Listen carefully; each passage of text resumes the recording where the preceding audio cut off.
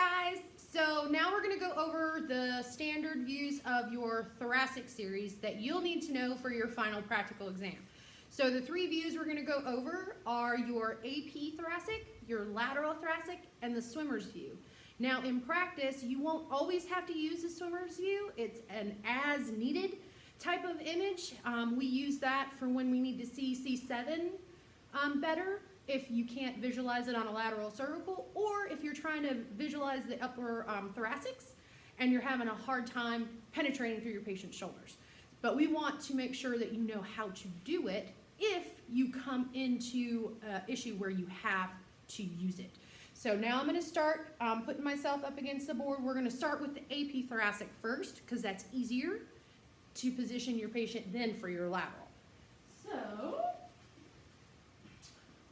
I'm in an AP position. So my patient's back is up against the board, it's facing the x-ray tube. All of these projections, they do not have any tube angles. So you'll be at 90 or perpendicular to your bucky. All of these images are also going to be at 40 SID.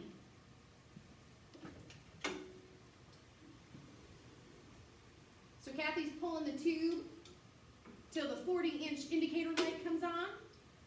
Horizontal, pushing the horizontal button, and here's the 40 SID.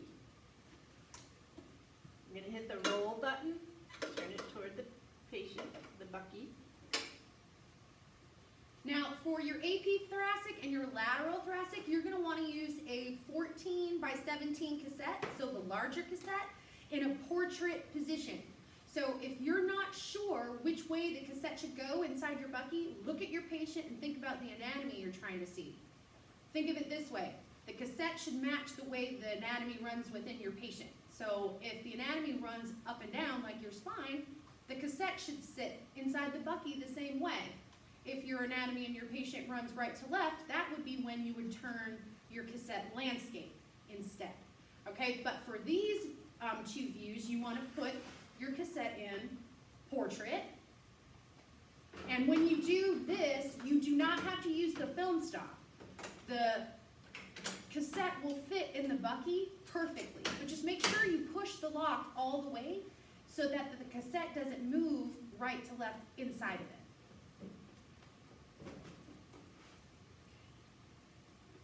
All right, so now your central ray for your AP thoracic is approximately T6, T7. Now, how are you supposed to figure out where that is? You can use the area, what would you say, the axillary? The crease. The crease. The upper crease of the axillary on your patient is a good indicator without you having to palpate a whole lot. Now, your collimation should be approximately 16 by 9. And another way to make sure that your center is in the right place, you want to make sure that there's a little bit of light over your patient's shoulders. That top light of your collimation should rest right about at C7. Because when you do an AP thoracic or a lateral thoracic, you want to try to overlap your regions. So instead of seeing just T1 to 12, you want to try to get C7 to L1 instead. So if you see a little bit of light over your patient's shoulders like you can on me, that's how you'll know your center is in a good place so that you're overlapping your patient's anatomy. Now, the light is where you want it, so now you're going to want to line up your tube to your bucky.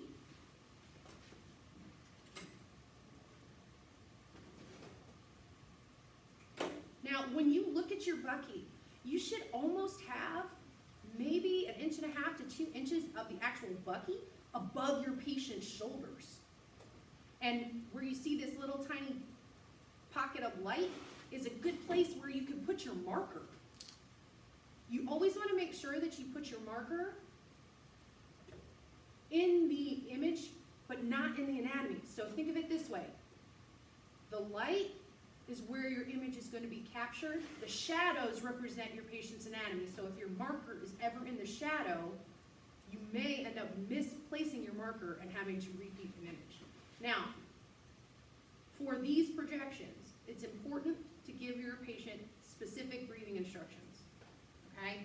So for thoracic series, you need to tell your patients breath in and hold.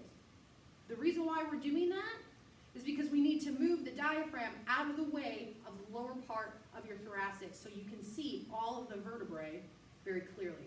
So you would tell your patient instructions like these. Please take a deep breath in and hold it, don't move. Then take your exposure, and then once you take the exposure, don't forget to tell your patient to breathe. You'd be surprised how often that happens in the clinic. Now, I'm going to position myself and turn to a right lateral only because it'll be easier for you to see the collimation light behind me so that you know that you're positioning your patient correctly. Now, you really want to take a left lateral in practice unless your patient has an obvious convexity. The reason why we want to try to decrease the magnification to your patient's heart, but if you take your AP first and you notice that your patient has a scoliosis or a convexity, you need that convexity to be placed up against the board because you want to shoot through the cave. So if you see your spine going towards the left, you're going to do a left lateral. If you see the spine rolling towards the right, you need to do a right lateral. Now let's just pretend that I have a right convexity. That way you can see the light behind me easier so you know how to position this projection. But here's the really cool part. You've already set up your AP. Don't move your tube or your bucky. Oh my gosh, Kathy, you're so funny. Don't move your tube or your bucky. Why create more work for yourself? So turn your patient to the side. Make sure that their body is rested up against the board, and you need them to raise their arms up. If you don't have their arms up, you're going to see a radius annulla or a humerus in your image. Now your central ray should be in the correct place. Now all you have to do is change your patient's position, maybe by bringing them either forwards or backwards based on where they are centered with the vertical central ray. Looking at the vertical, so I need you to come back.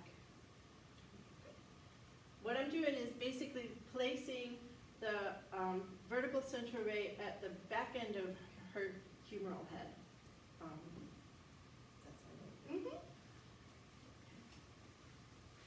Now you're going to want to change your collimation a little bit for this projection from your AP because your patient has natural kyphosis, and so you need to accommodate for that. So make sure you widen your light a little bit more. So I'm going to open the collimation widthwise so that we can see light just behind her because her thoracics are very close to the back, to the surface of her back. Okay? And then the marker can stay right where it is in the upper corner. Now, you want to make sure you tell your patient again to take a deep breath in and hold. Expose the image with their arms up, and then once you're done, make sure you tell them to breathe. Now, I'm already in position for the swimmers. As swimmers, you're going to do in a lateral position, and your x-ray tube distance isn't going to change. So these are going to be 40, and let's just pretend that you couldn't see my lower cervicals or my upper thoracics on the lateral cervical film or the lateral thoracic. So this is when you would add this projection. Now this one, you can do a couple of different ways. You can do it as a spot projection, where you're only looking at the area that you're trying to analyze, or you can collimate just smaller than the film size and overlap to see the appropriate anatomy you're trying to image. However, you're really trying to see C7 through T1, 2, and 3, but you can open it if you need to evaluate a few extra vertebrae. Now, the only difference with this one is you need to change your cassette size. So we're not going to use a 14 by 17 anymore. We're going to use a 10 by 12. We're still going to have it in a portrait position though, guys. Okay? So you're going to use your film stop, place it at the 12, because you're going to put your cassette in 12 inches from top to bottom. Once you've done this, you guys know this. You guys have all done this in x-ray physics. You remember. Okay. All right, so now I'm in a lateral position, and here's the thing. When you're doing a swimmers, you're trying to see center, right at where you're trying to look. So put your central ray right at the prominence of C7. You can set your collimation to 9 by 11 if you'd like, or to give yourself a spot projection. Just make sure what you're looking for is included in the light.